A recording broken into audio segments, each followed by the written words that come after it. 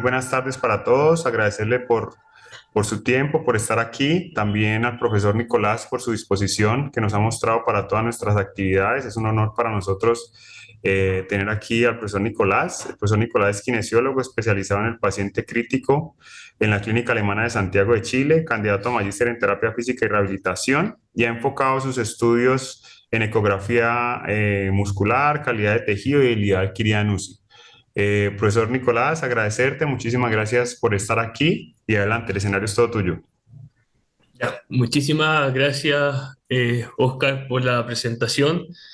Mi nombre es Nicolás Arancibia, ya kinesiólogo hace un par de años de Chile, y el día de hoy les vengo a hablar, a comentar sobre ecografía muscular periférica, particularmente del cuádriceps. Bueno, abajo está mi correo electrónico, mi redes sociales ahí por si a posteriores tienen alguna duda y me quisieran escribir. A modo de comenzar, ¿no es cierto?, esta sesión. Esto es lo que nosotros vamos a ver una vez que nosotros coloquemos la sonda, ¿no es cierto?, en el cuádriceps.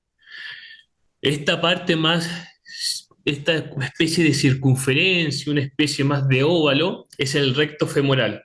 Bueno, inmediatamente lo que viene aquí debajo, lo que estoy mostrando, es el vasto intermedio, y esta especie de semióvalo que estoy mostrando, ¿no es cierto?, es la cortical del hueso que vendría siendo el fémur, ¿vale? Entonces, cuando nosotros veamos una imagen ecográfica del cuádriceps, vamos a distinguir dos vientres musculares, que va a ser el recto femoral del vasto intermedio, ¿ya? Y en la posición más distal, más inferior, ¿no es cierto?, vamos a ver la cortical del hueso que vendría siendo del fémur, ¿vale? Esta es una imagen ideal, idónea, ¿no es cierto?, que nosotros veríamos en un sujeto sano particularmente. Pero ¿qué pasa en los pacientes que llevan mucho tiempo inmovilizados, con exceso de fluidos, ¿no es cierto?, Eh, que se encuentran con una inmovilización prolongada en el tiempo. Esta es la imagen que nosotros vamos a pesquisar con el ecógrafo, ¿ya? Que no es de tan buena calidad como la anterior. ¿Por qué? Porque la morfología y la arquitectura muscular se ve gravemente deteriorada. Aquí podemos ver esta especie de semióvalo, ¿no es cierto?, que es la cortical del hueso, que es el fémur, que les venía comentando anteriormente, pero si se ven y lo logran diferenciar de la imagen anterior, es muy complejo, pero muy complejo poder distinguir el recto femoral del vasto intermedio, ¿ya? Prácticamente aquí el vasto se ve aplanado y el recto femoral prácticamente desaparece, perdón. Entonces, esto es una imagen muy propensa de lo que podemos ver en los pacientes críticos crónicos, ya que llevan mucho tiempo en ventilación mecánica invasiva, que no se moviliza con demasiada frecuencia, ¿no es cierto?, que están con exceso de fluidos, con balance hídrico positivo, ¿no es cierto? Esta es la imagen, ¿no es cierto?, que vamos a tener. Todo esto es una pequeña parte de introducción de los tópicos que vamos a tratar ahora, que cuál va a ser ecografía muscular periférica. Vamos a dar las primeras directrices desde los artículos más antiguos hasta los más nuevos. Después de esta clase, ustedes van a poder distinguir todas las estructuras musculares del cuádriceps, cómo el exceso de fluidos puede afectar en la adquisición de la imagen que nosotros vamos a adquirir, y cómo la rehabilitación, ¿no es cierto?, puede jugar un papel crucial, ¿no es cierto?, la ecografía muscular, particularmente en los pacientes que pudiesen pesquisar debilidad adquirida en la UCI. Entonces, a modo de introducción, ¿cómo nosotros evaluamos la calidad y la masa muscular? Con métodos tradicionales, ¿cierto? Con biopsias musculares, con estudios de conducción nerviosa, con tomografías computarizadas, ¿no es cierto? Si bien esto es el gol estándar y son muy efectivos, pero presentan demasiadas limitaciones. No sé cómo será, perdón, en sus unidades de cuidado intensivo, pero particularmente acá en Chile, o siendo más referencia a la que yo trabajo, la unidad de cuidado intensivo está en el piso número 5, ¿ya? Y la tomografía computarizada está en el piso -1. Es decir, que tenemos que bajar cinco pisos, ¿no es cierto?, en ascensor, con un paciente que está multiinvadido, ¿no es cierto?, con bombas, muchas veces el ascensor cuesta que entre la cama, más las bombas, más el ventilador mecánico, ¿no es cierto? Entonces es un proceso súper riesgoso solamente para ir a pesquisarle el músculo, ¿ya? Entonces es muy complejo que un intensivista acceda a solamente bajar los escáneres para ver el cuádriceps, por ejemplo, en este caso, sin agregarle algo más. Entonces, bajo ese contexto, aparece la ultrasonografía muscular, que es un método no invasivo, portátil, económico, particularmente en toda la unidad de cuidado intensivo, ¿no es cierto? Hay un ecógrafo donde se pueden realizar evaluaciones directas al pie de la cama del paciente. Ustedes si ya lo practican o lo van a empezar a practicar, se van a dar cuenta que en menos de un minuto ustedes van a adquirir una buena ventana, particularmente del cuádriceps, por lo tanto es súper rápido, ¿ya? No es radioactivo, como les comentaba antes, y lo que yo siempre digo en las clases o en las charlas, que ustedes pueden visualizar la arquitectura y la morfología muscular de forma in vitro, ¿vale? En vivo. Ustedes van a ver en vivo cómo se va comportando el músculo a lo largo del tiempo, ¿ya? Sabemos que la debilidad adquirida UCI, ¿no es cierto?, es una complicación frecuente que impacta al paciente. Dentro del 50 al 75% de los pacientes salen con esta debilidad. Y la sobrecarga de fluidos, ¿no es cierto?, durante la fase más crítica puede afectar, ¿no es cierto?, esta calidad de la masa muscular. Miren, son dos imágenes que yo pesquisé del día uno, donde se ve una arquitectura y una morfología muscular indemne, muy bien conservada. Podemos ver nuevamente aquí este semióvalo que es el recto femoral, inmediatamente lo que viene aquí debajo, ¿no es cierto?, el vasto intermedio, y esta especie de semióvalo, la cortical del hueso del fémur, el día uno. Esta es una imagen cuando el paciente ingresó a la unidad de cuidado intensivo, yo le hice la ecografía del cuádriceps y pesquisé esta imagen, y miren lo que pasa en el día 3. Prácticamente 2 días después se ve una imagen más blanquecina, muy coloquialmente hablando, ¿no es cierto? El vasto intermedio prácticamente está aplanado, es muy poco distinguible, ¿no es cierto?, con el recto femoral. Este es un paciente que había estado, ¿no es cierto?, en ventilación mecánica invasiva, con bloqueo neuromuscular, por lo tanto la terapia física estaba bien limitada, ¿ya? Entonces, este es un gran ejemplo de lo que puede ocurrir con un paciente en 2 días que se encuentra con exceso de fluidos, que se encuentra que no lo podemos movilizar de una manera eficaz, ¿ya? Porque está grave, ¿no es cierto? Puede tener otras complicaciones de una arquitectura y morfología muscular indemne, pasa a una arquitectura y morfología muscular súper dañada, ¿ya? Entonces, como les comentaba en la lámina anterior, aquí podemos ver la directriz, ¿no es cierto?, la línea de tiempo de cómo se va comportando el músculo de una manera en vivo, ¿no es cierto? Aquí hay otra imagen, ¿no es cierto? RF, como les comentaba, es el recto femoral, BI, vasto intermedio, ¿no es cierto? Aquí está el fémur, vasto lateral y vasto medial hacia los lados. Selina Parry, que es una australiana que ha estudiado mucho esto, particularmente la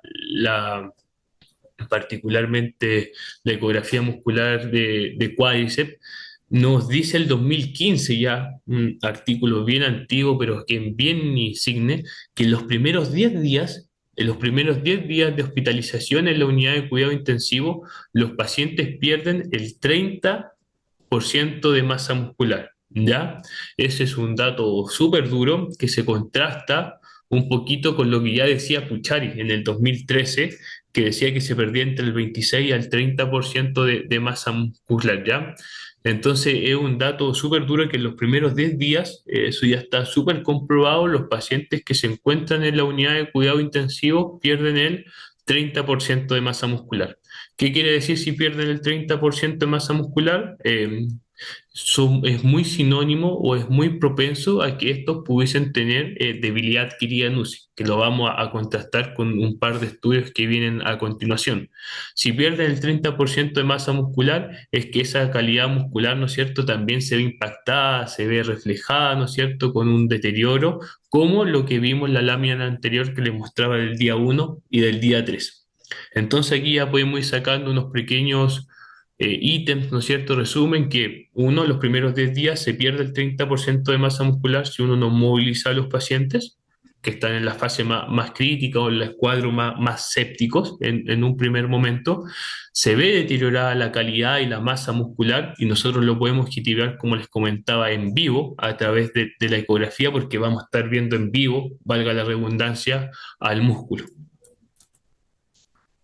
Entonces, para poder objetivar bien la calidad muscular hay una escala que se llama escala de Heckmat, que va de 1 a 4 en una escala ordinal visual, que 1 es buena calidad del músculo. Ustedes como clínicos van a poder distinguir bien, como sale aquí en la imagen, el recto femoral del vasto intermedio y la cortical del hueso, pero a medida que va aumentando la escala, es decir, a medida que llega hacia 4, ustedes no ven prácticamente nada en la imagen, ¿ya? Como tal como se ve aquí en la fotografía que les coloqué, se ve una imagen más blanquecina y es que es imposible poder distinguir el recto del vasto intermedio, ¿ya? Se pierde esa calidad muscular, las fascias desaparecen y es básicamente un músculo blanquecino, ¿ya? Les voy a hablar también un poquito sobre las propiedades clinimétricas, básicamente para decir que son buenas. Aquí en Chile se realizó un estudio, particularmente nosotros realizamos cursos de ecografía muscular periférica, en la cual en el curso dividimos el curso en novatos, que eran los alumnos, y en experimentados, que éramos los profesores. ¿Y qué fue lo que hicimos? Tanto los alumnos, los novatos que los tildamos, ¿no es cierto?, como los expertos, los profesores, medimos a los mismos sujetos, ¿ya? En el mismo día, en el mismo horario. ¿Y qué fue lo que pudimos observar? Es que el índice de confiabilidad en los sujetos experimentados fue de 0,82 a 0,87, es decir, fue excelente.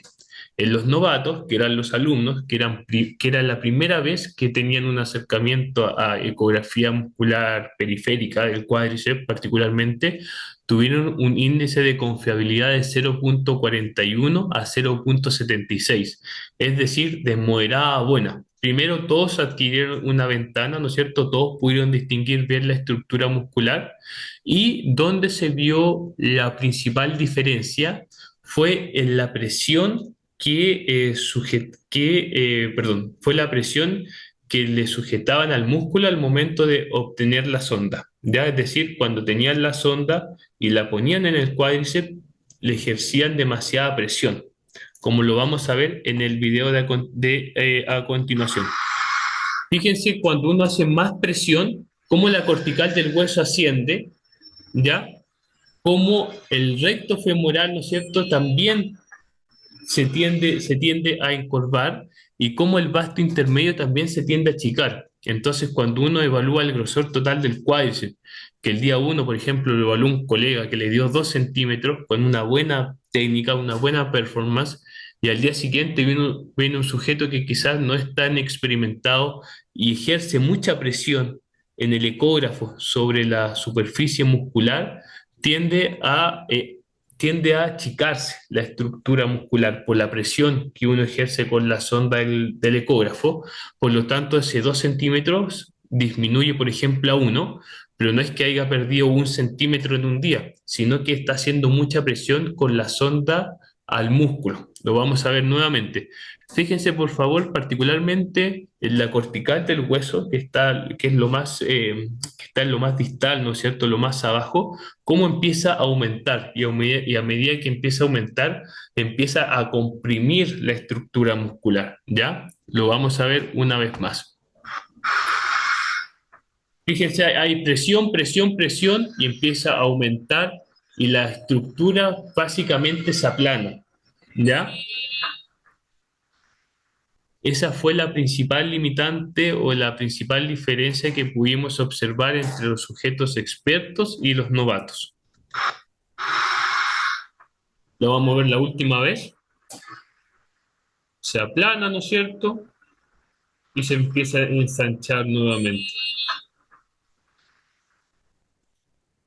Entonces, realizamos nosotros un estudio también en la clínica, en la cual le voy a hablar un poquito del método, muy rápido. Los criterios para entrar en este era que estuvieran en ventilación mecánica al menos 24 horas. Tomamos el balance hídrico que estaba en la tabla de enfermería, le hicimos ecografía muscular periférica y lo objetivamos con la escala de Heckman, como les comentaba en las primeras láminas, para ver calidad muscular y también vimos fuerza muscular de esos pacientes, objetivada con la escala de MRC.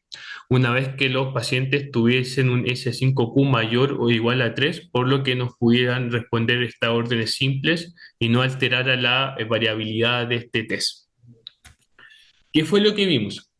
En el gráfico que está aquí a mi izquierda se llama test de permutación, que es básicamente para ver si había una correlación positiva entre balance hídrico y calidad muscular que no fuese al azar. ¿Ya? Nos dio estadísticamente significativo, por lo tanto, entre más exceso de fluidos tenían los pacientes, tenían peor calidad muscular, objetivado estadísticamente. ¿Ya? Pero miren lo que pasó a mi izquierda con la correlación de Spearman, que nos dio un RO de menos 0,70, una correlación de moderada a fuerte, ¿no es cierto? En la cual nos dice que mientras más exceso de fluidos tenían los pacientes, es decir, entre que el balance positivo era más positivo, tenía peor fuerza muscular, ¿ya?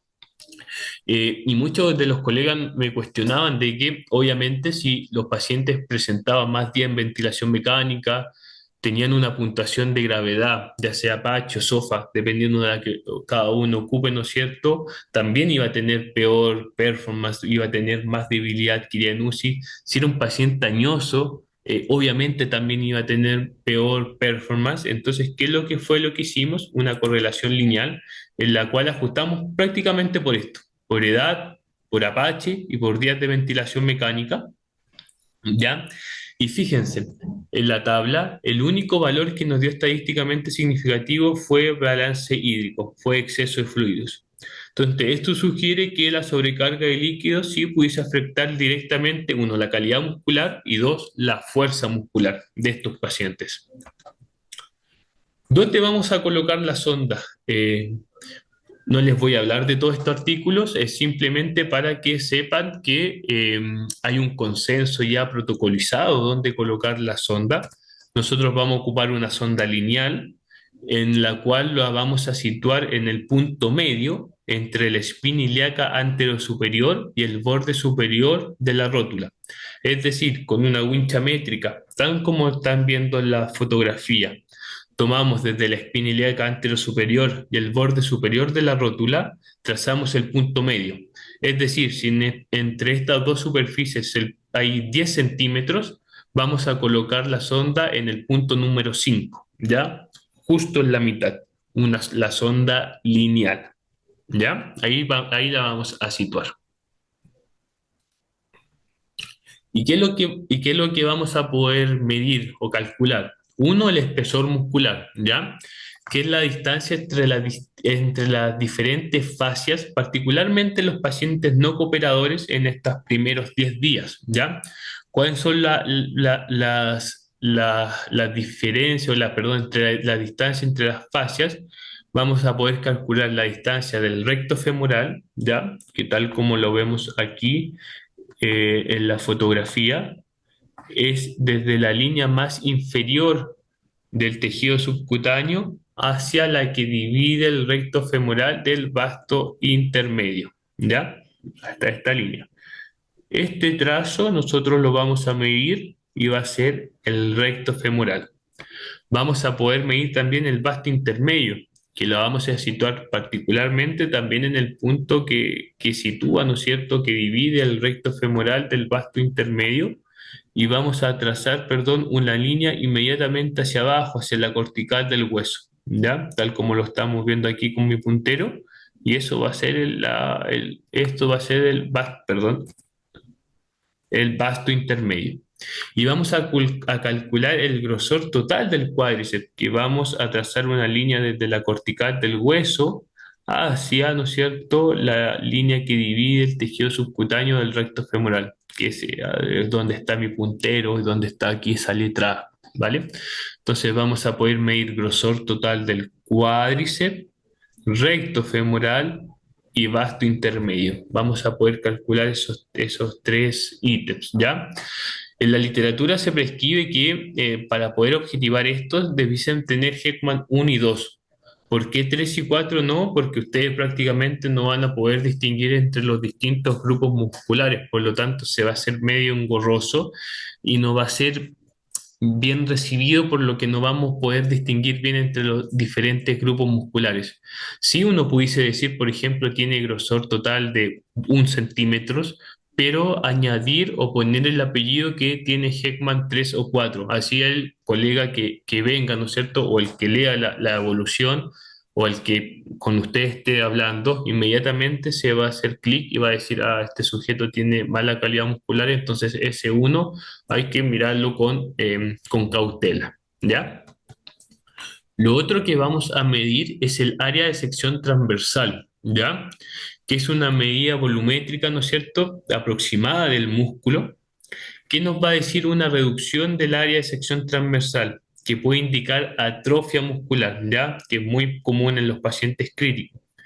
Atrofia muscular va a ser sinónimo de disminución de fuerza muscular, de paciente propenso a debilidad adquirida en UCI. ¿Cómo la vamos a calcular? Vamos a delimitar, ¿no es cierto? Vamos a rayar el recto femoral tal como lo estamos viendo aquí en la imagen, ¿no es cierto? Que está en rojo. Vamos a trazar, como el recto femoral es semióvalo, ¿no es cierto? Vamos a dibujar una circunferencia en este vientre muscular y vamos a sacar esta área, ¿ya? Lo que se me había olvidado comentarles, que también viene a continuación, pero vamos a hacer un speech de que aquí no hay valores de referencia, ¿ya? Como lo que sí sucede, por ejemplo, con la ecografía diafragmática, que si hay valores de referencia, aquí no hay valores de referencia. El valor de referencia va a ser el del propio sujeto, el del propio paciente que ustedes van a medir. Por eso es tan importante evaluarlo en lo posible en las primeras 24 horas.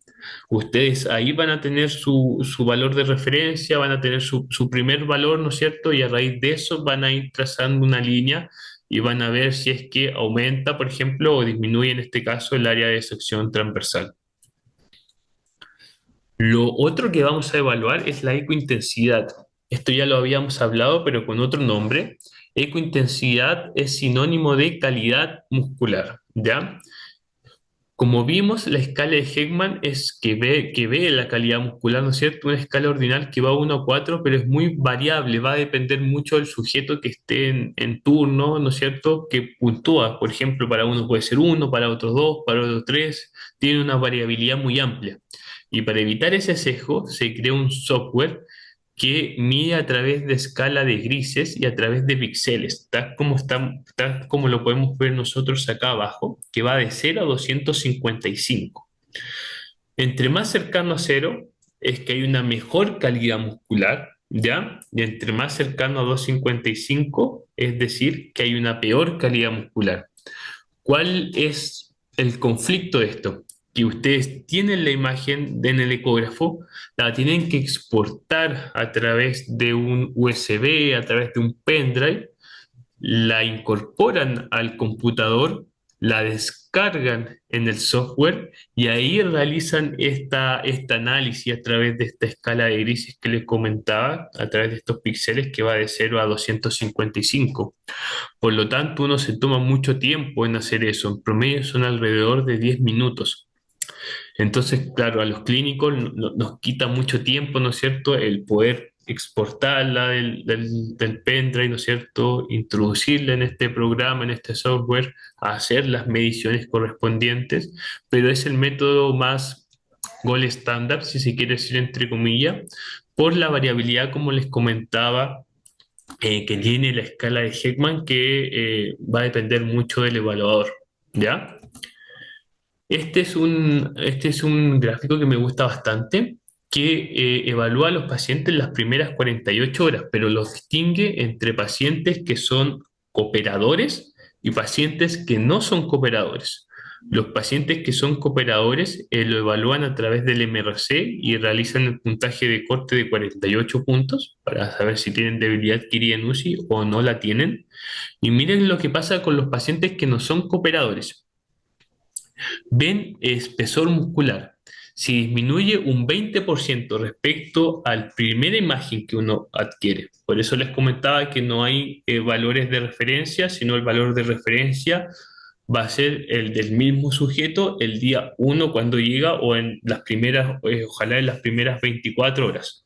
Si disminuye en las primeras, si disminuye un 20%, si el área de sección transversal disminuye en un 10%, si la ecointensidad aumenta en un 8%, es muy propenso que ese paciente pudiese tener debilidad adquirida en UCI.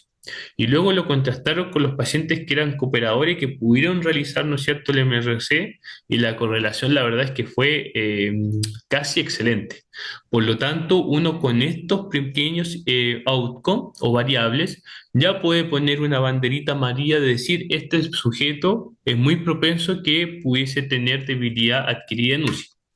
¿Y qué fue lo que hicimos? Particularmente con un colega aquí en Chile, escribimos este artículo que salió hace muy poquito en la revista de Kinesiología de Chile, en la cual evaluamos musculatura periférica, diafragmática y musculatura accesoria, pero nos vamos a centrar particularmente en la musculatura periférica, en la cual dijimos, ya si el grosor muscular disminuye un 10% respecto al valor basal, es decir, respecto a la primera imagen que uno le toma. Si la ecointensidad aumenta en un 8% nuevamente respecto al valor basal, tenemos que intensificar o ajustar la terapia física, ¿ya? Porque no está funcionando, sigue perdiendo mayor masa muscular y sigue perdiendo mayor calidad muscular, objetivada, ¿no es cierto?, con la ecointensidad. Entonces lo que propusimos aquí, ¿no es cierto?, fue otro plan de tratamiento o activar al sujeto de otra manera, ya sea con ciclo ergómetro, con electroestimulación, trabajando el ascendente borde cama si es que se pudiese, ¿no es cierto?, trabajando en posiciones más altas, más sedentes, en fin, pero le proponemos cambiar la terapia física o intensificar más bien esa terapia física para disminuir esa brecha. En este siguiente artículo, que es un metaanálisis con una revisión sistemática ya de Roberto Benco, ¿qué es lo que vieron? Que donde más diferencia hubo fue en los puntos anatómicos, ¿ya? La compresión del traductor, como les comentaba anteriormente, y los factores como la edad avanzada. Obviamente los pacientes que son más añosos son más sarcopénicos, por lo tanto su calidad muscular está deteriorada ya de base. Los que tienen mayor IMC obviamente van a tener mayor grasa, por lo tanto van a tener mayor tejido subcutáneo y la calidad del músculo también, perdón, se va a ver deteriorada. Los puntos anatómicos, si uno coloca más cercano a la rótula o más cercano a la espina ilíaca anterosuperior, también se va a ver también se va a ver distorsionada esa imagen, ¿ya? Por eso es tan importante situarlo de buena manera la sonda lineal del ecógrafo en el cuádriceps. Bueno, aquí están cada uno de los gráficos, pero no vamos a entrar mucho más en detalle en esto. Y aquí hay aquí hay tres imágenes, ¿no es cierto? Imagen uno, imagen 2 y imagen 3, donde siempre hay discrepancia en puntuar Heckman. Yo esto se lo hice hace muy poco a unos colegas que los formé, ¿no es cierto? Y en la primera imagen, que está a mi izquierda, ¿no es cierto? Que está aquí con el mouse, algunos me decían uno, otros me decían dos. La imagen que está aquí al medio, algunos me puntuaban como dos o tres. Y la imagen que está a mi derecha, que estoy puntuando aquí con el mouse, algunos me decían 3 y otros 4. Y si esto lo hiciéramos ahora viva voz, lo más probable es que cada uno tuviesen un puntaje distinto, ¿ya? Entre nosotros que nos encontramos aquí en la sala. Por eso, un ejemplo bien básico de decir que Heckman tiene una variabilidad muy amplia, por eso se optó o se ha creado y se van a seguir creando lo más probable estos software para poder pesquisar la ecointensidad. Este es un estudio bien antiguo del 2013, pero es para reforzar lo que le decía anteriormente. Incluyeron 26 adultos jóvenes y 26 ancianos. ¿Qué es lo que querían ver? Particularmente ver si habían valores de referencia. Vieron recto femoral, ¿no es cierto? Vasto intermedio, vasto medial, ¿no es cierto? Todos con P significativo, ¿no es cierto? Que lo arrojaron estos números que estamos viendo aquí en la pantalla, pero ¿qué fue lo que ocurrió? Que lo trataron de contrastar con la población sana, o todos los que no estamos acá, ¿no es cierto? Y la verdad es que no les resultó. Por eso desde ahí que ya sale que no pueden haber valores de referencia y los valores de referencia son los del propio sujeto, lo posible, evaluar en las primeras 24 horas, ¿ya?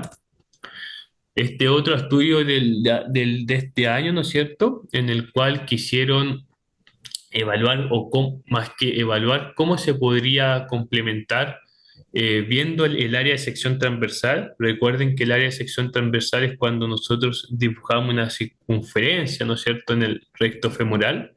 Y tuvieron dos grupos y evaluados en 3 días distintos, días 1, día 3 y día 5.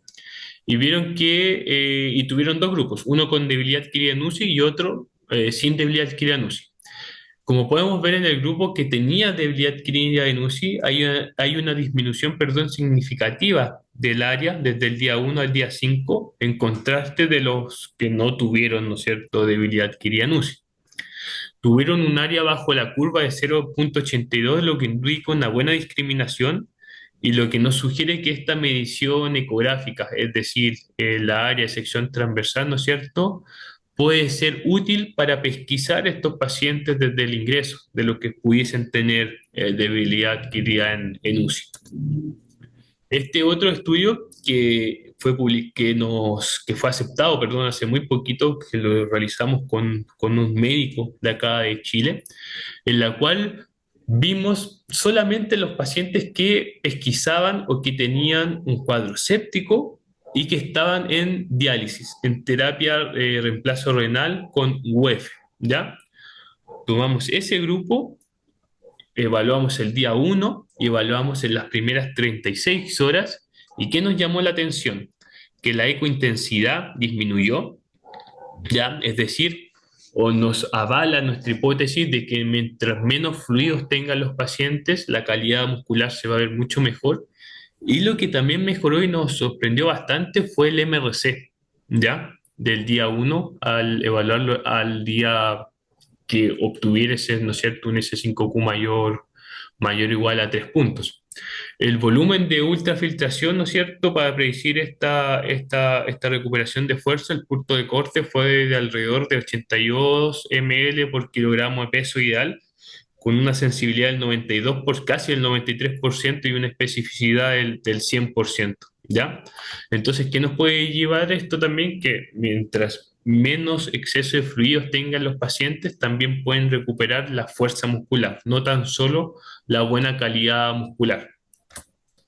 Este siguiente artículo es de un médico japonés que se llama Nobunato Nakanishi, que tuve la posibilidad de conocer este año cuando fui al Congreso Mundial de Fisioterapia que se realizó en Tokio, en Japón, en la cual él es el encargado del programa de sarcopenia de todo Japón, ¿ya?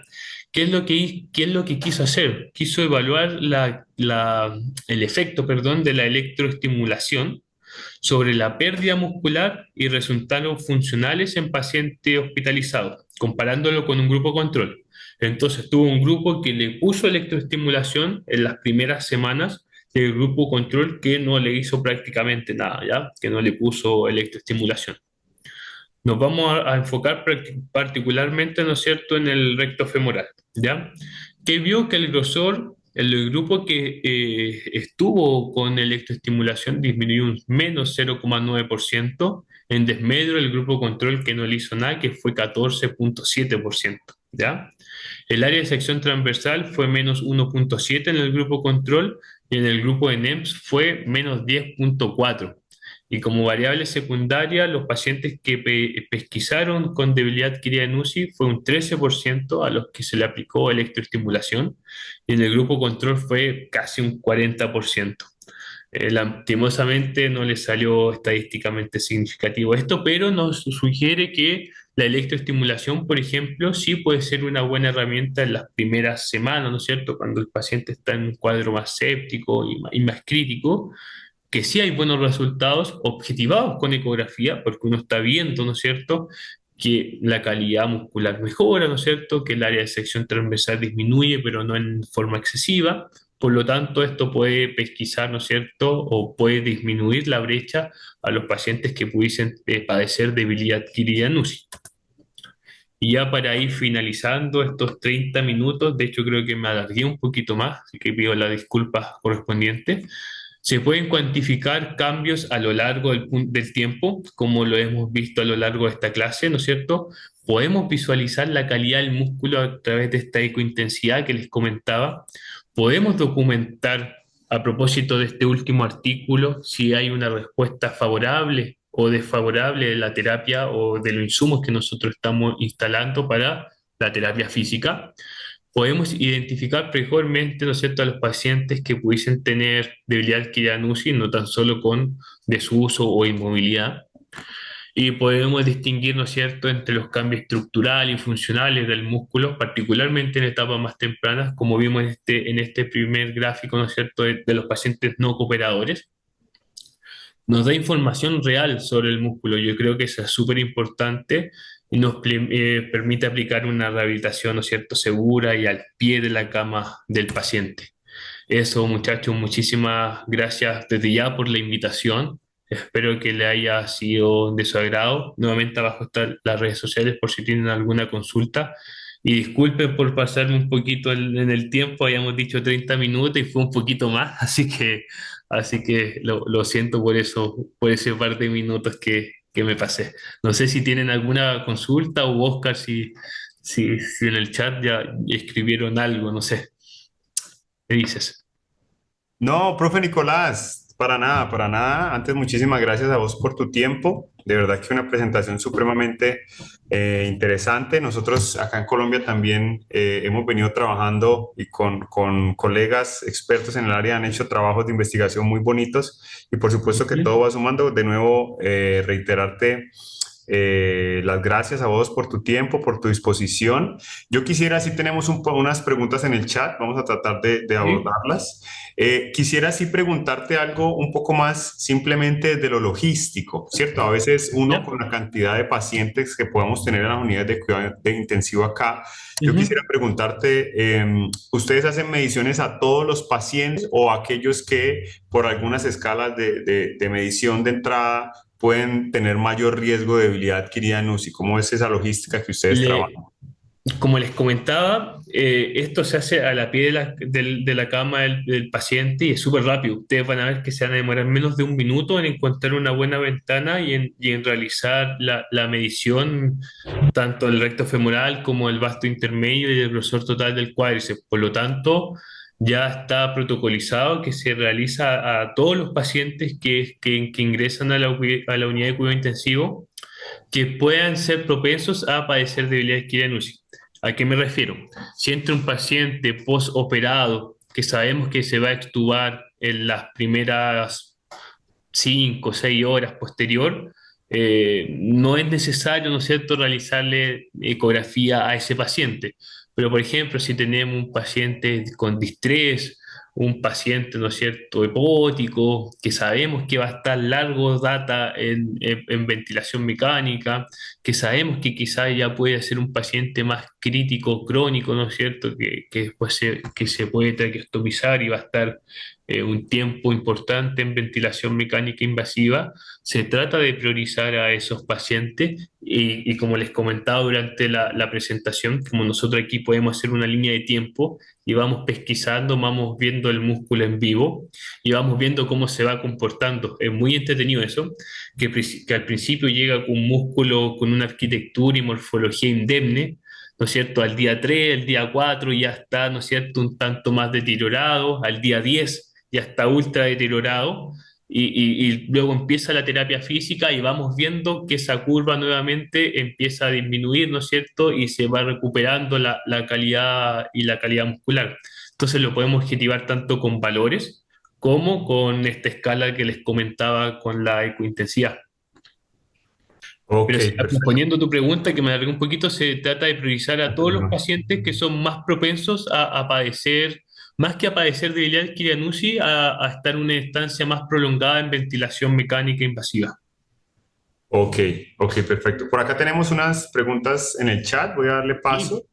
Eh, Hay una pregunta de Cristian Guzmán que dice, ¿alguna aproximación al uso de la astografía y tienen algún significado en la detección de la debilidad adquirida en UCI o pérdida de masa muscular? Sí, mira, se han realizado varios estudios con tomografía computarizada, haciendo la salvaguarda, ¿no es cierto?, que es el gol estándar, pero como les comentaba en la presentación, no sé cómo será la realidad de usted, aquí en Chile por lo menos la UCI está en el piso número 5 y escáner para llevarlo, ¿no es cierto?, está en el piso Sí. -1. Entonces, bajar esos 5 pisos en ascensor es un caos acá por lo menos en Chile, entonces no se va a priorizar eso, pero hay varios estudios en los cuales comparan ecointensidad con tomografía donde salen correlaciones de moderada a buena. Por eso se ha pesquisado y se ha seguido haciendo esta terapia. Eh, y como en el gráfico que le mostré, se comparan los pacientes cooperadores y no cooperadores, y esas dos correlaciones fueron excelentes. Con esos valores, ¿no es cierto? Que se disminuye un 10% del grosor total, de que se disminuye un 10% del área de sección transversal, de que aumenta un 8% el porcentaje de cointensidad. Sí, perfecto, Nico. No, quería hacerte una precisión porque nos preguntan también sobre la elastografía, no sobre la tomografía, si tienes alguna Ah, perdón, experiencia en eso. perdón. Ajá, no, no hay problema. Perdón, perdón, había escuchado tomografía. Sí, también realizan, hay correlaciones con esto, particularmente más que con Heckman, con la escala de grises, con este software que les comentaba que se llama Image-G, en las que correlacionan ambas y también las correlaciones son de moderadas a buenas. Ok, perfecto. Sí, por acá ya dentro de tu ponencia nos han solucionado algunas. Hay otra pregunta que nos habla de lo que mencionabas ahorita, digamos, de la ¿Sí? confiabilidad del evaluador y es cuál Ujú. sería el grado, el nivel de presión recomendado para realizar la medición con el fin de evitar sesgos. Sí, mira, nosotros realizamos mucho estudio y los alumnos particularmente se sorprenden porque es prácticamente posicionar el cabezal en el cuádriceps, en la zona muscular. Sí. Prácticamente es muy superficial, tú posicionas el cabezal y te quedas ahí y ahí te va a salir la imagen, ¿no es cierto? Lo que yo les recomiendo es que ejerzan un poquito de presión para que observen ellos visualmente en el ecógrafo cómo la cortical del hueso, ¿no es cierto?, empieza a aumentar y al aumentar se empieza a aplanar tanto el vasto intermedio como el recto femoral. Y una vez que le ejercen un poquito de presión, nuevamente van soltando en el ecógrafo. Entonces, por ejemplo, si este es mi cuádriceps y este es la sonda lineal, ¿no es cierto? Ejercen un poquito de presión y luego la van soltando de manera, ¿no es cierto?, muy superficial y van viendo cómo se va ensanchando la arquitectura morfológica muscular. Ese como tips. Muchas gracias, profe. Profe, por acá otra pregunta. Es que tocaste un tema que los que trabajamos en rehabilitación sabemos que todavía genera muchas dudas y muchas controversia y es, nos preguntan sobre el tema de electroestimulación en las primeras semanas. ¿Cómo lo utilizan ¿Ya? ustedes? ¿En pacientes colaboradores, en ventilación mecánica? ¿Cómo Sí, mira, qué tienen estructurado? sí, sí, sí. Todo el paciente que llega, se trata de colocar el cicloergómetro, esta especie de bicicleta, de Motomed, y utilizar electroestimulación, particularmente o objetivado con el último estudio que le mostré de Nobunato, ¿no es cierto?, que nos dice que disminuye menos el área de sección transversal, ¿no es cierto?, disminuye menos el grosor total del cuádriceps, perdón. Eh, la única salvedad o la única manera cuando no lo ocupamos es cuando los pacientes obviamente están con bloqueo neuromuscular, obviamente por contraindicación ahí no lo utilizamos, pero sacando eso, se utilizan en todos los pacientes la etapa más séptica o la etapa más aguda en estas primeras 48, 72 horas, lo tratamos de ocupar en todos los pacientes. Eh, Muchas gracias, profe Nicolás. Quería también consultarte sobre si tienen experiencias sobre la medición de otros grupos musculares. Es decir, Sí, hablaste del cuádriceps, pero quisiera sí, preguntar sí. también sobre eso. Hay mucha evidencia. También se evalúa el tibial anterior, Ok. pero en ningún estudio le ha dado una correlación buena. Entonces ustedes sabrán que en las revistas lo que más vende es que salgan P significativos y que hayan correlaciones buenas. Entonces por eso se ha dejado un poquito de lado, pero el tibial anterior también es un músculo súper accesible y súper fácil de poder evaluar, ¿ya? Y se ha propuesto en los pacientes que tienen pie equino o en marcha en este patch, evaluar este vientre muscular y ver cómo es la correlación, pero que no ha sido, la verdad, muy próspera. También se ha evaluado en bíceps braquial, donde ahí hay un poquito de mayor evidencia científica, pero hay un estudio del 2003 en el que dice que el mayor porcentaje de masa muscular se encuentra en extremidad inferior. Por eso se trata de priorizar particularmente el cuádriceps y un poquito debajo, ¿no es cierto?, el tibial anterior. Perfecto, profe Nicolás. Yo creo que una de las últimas preguntas para ir cerrando por acá Sí, sería, sí, todas las que quieran. no, es porque, Es que está entretenido el tema, por eso. sí, sí, la verdad es que sí, la verdad es que sí. Sí, Eh, de verdad pregunta, en sí. relación a la sarcopenia, ¿cierto? ¿Ya? De su experiencia, nos pregunta por acá María, ¿en cuánto Ujú. tiempo se ve la recuperación? De acuerdo, pues, al grado de atrofia, pues, que pueda llegar a presentar el paciente, de Sí. cuánto, o cómo ha sido el abordaje de ustedes en comparar, por ejemplo, ahora que están utilizando ecografía versus cuando teníamos otras estructuras de medición. ¿Qué ha cambiado dentro del abordaje del paciente y cómo se ha visto la recuperación del paciente? Sí, se la voy a responder de varias maneras. Una, depende mucho de la edad del paciente. Los pacientes que son añosos, como les comentaba, de por sí son mucho más sarcopénicos y ellos cuesta ya por su estado basal, ¿no es cierto?, recuperar mucho más esa calidad o esa calidad muscular que lo más probable es que ya está ultra deteriorada. Donde también hay pacientes más sarcopénicos, que aquí ahora en Chile se ha visto un boom en los pacientes oncológicos. Los pacientes oncológicos tienden yo, ¿no es cierto?, les comentaba que los primeros 10 días se pierde entre el 26 y el 30% de masa muscular en la población UCI general, pero particularmente en esta población ese número se eleva de forma exponencial. Entonces, particularmente esos pacientes hay que tener también sumo cuidado y antiguamente se utilizaban métodos un tanto arcaicos, ¿no es cierto? Se evaluaba con una wincha, ¿no es cierto? Si el Sí, paciente sí, sí. aumentaba o disminuía, pero eso tenía mucha brecha. Uno puede que haya aumentado el músculo, pero es porque el paciente está hematoso, ¿no es cierto? Con exceso de fluido. No veíamos, ¿no es cierto?, cómo se estaba comportando la arquitectura y la morfología muscular, que ahora sí lo podemos visualizar a través del ecógrafo.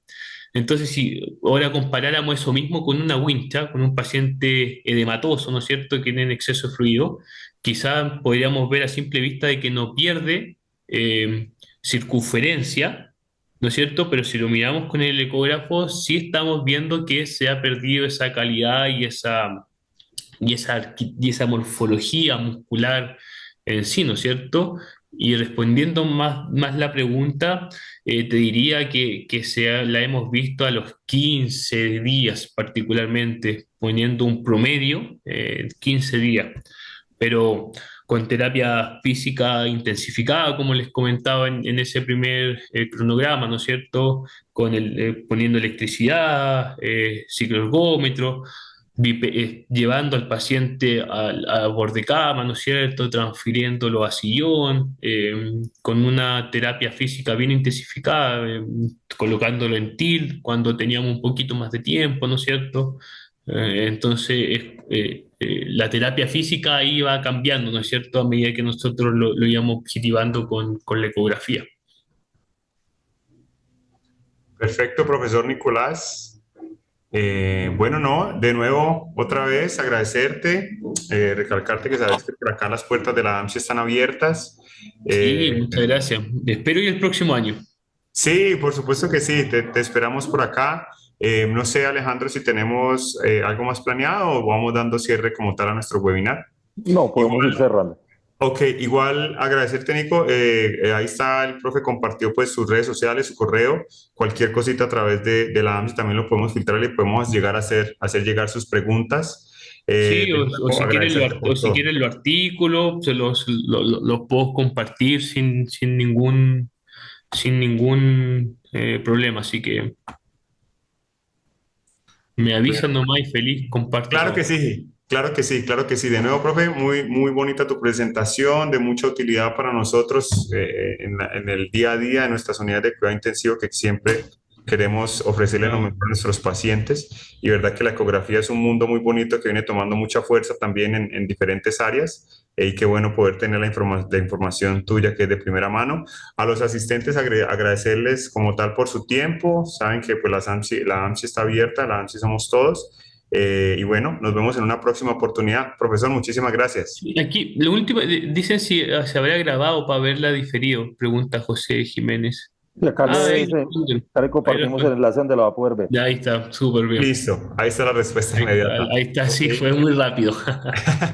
Alejandro, muchísimas gracias. Profesor Nicolás, muchísimas gracias. Muchas Muchas gracias gracias a por la todos asistencia. Que esté muy por la bien. invitación. Feliz de Hasta haber luego, que esté compartido muy con bien. ustedes. Muchas gracias, buenas noches. Buenas noches, adiós.